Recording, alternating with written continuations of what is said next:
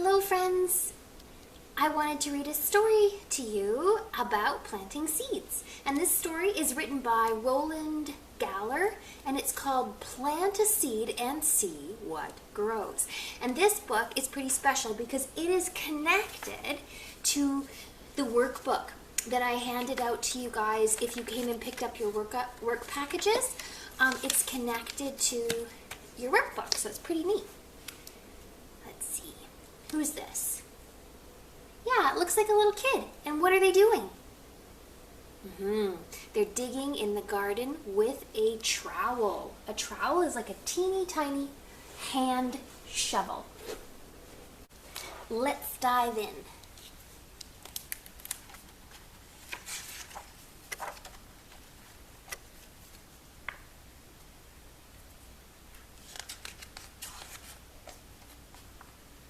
Oh, what a lovely picture. Here's a little child watching this beautiful butterfly in the sun. Now all these things, the sun, the butterfly, and the person, they're all connected to plants and flowers and growing things. Each day is a new adventure, an exciting way to learn about the things around us, like this butterfly and this fern. Michael's mom is a gardener planting seeds in the ground. She says they'll become beautiful and they'll do it without a sound. Oh, this is a rhyming book, friends. And that's true about plants. They're very, very quiet and they do their jobs very, very slowly.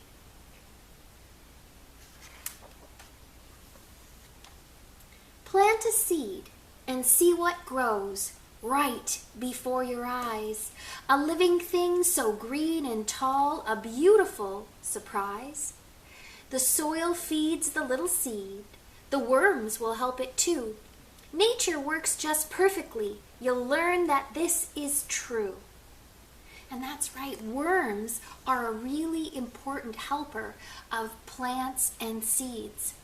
Worms eat a lot of things that are in the dirt, like old pieces of plants. And when they eat them, it goes through their digestive system and they poop it out. And that poop, or their excrement, is actually really good for making rich soil. It makes the soil really, really filled with nutrition for the plants and seeds to grow. Strange, wonderful, and true.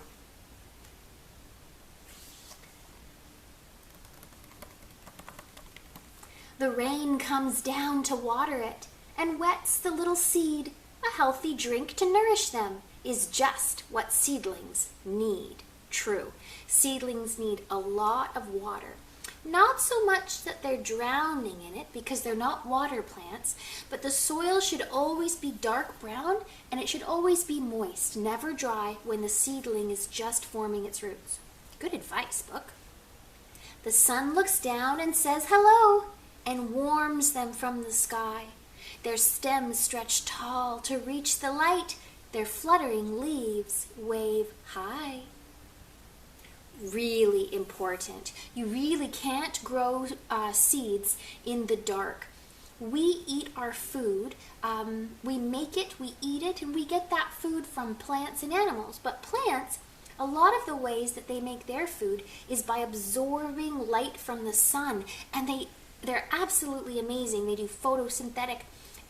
They change the sunlight through photosynthesis into sugars and nutrients for their body. So it means they eat sunlight, kind of. Fantastic. When Michael finds a seed himself, he knows just what to do. I'll plant this in my garden bed. I'll grow my own plant too. Good idea, Michael. And you guys might have some seeds too, either from Miss Lisa or from your home. Michael soon forgets his seed until one fine spring day, he sees a green shoot peeking out. He stares and shouts, "Hooray!" This is how I feel. When you plant a seed, it takes a long time, many, many days, for a little sprout to emerge. Sometimes it takes so long, you think it's never going to happen. And sometimes it takes so long that you forget you even planted a seed. That's why sometimes people put a little marker in the ground that says, oh, a seed was planted here. The earth works well, this we know, in perfect harmony. The beauty of growth surrounds us all, an amazing thing to see. It's true. It is just like nature's magic, how things grow and change.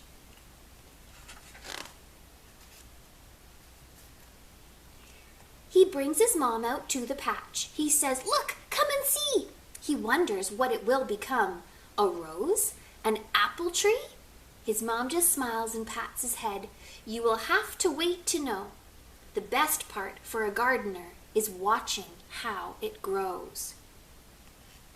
Now we know that whatever plant a seed comes from, that seed will grow up to be the same as its parent. Just like a robin will have a baby robin, and a bear would have a baby bear, a bean plant would have a little baby bean plant seedling. From a little flower to a mighty oak, all plants start out so small. A tiny seed that's nurtured well will grow quite strong and tall. A seed cared for grows anywhere, in the ground or in a pot. A plant can flourish equally on a farm or urban plot. So as long as you give the seed whatever it needs, sunlight, water, good soil, and space to grow, it will grow and flourish. If you have it in a pot or if you put it in the ground on the farm, you just have to give it what it needs. You, my son, are like that seed. Adventures you will find. With good nutrition, you will be strong in body and mind. Plant a seed and see what grows. The earth will do the rest. The beauty of growth is a miracle, and the earth does its best. So plants aren't the only things that grow and change, right, friends?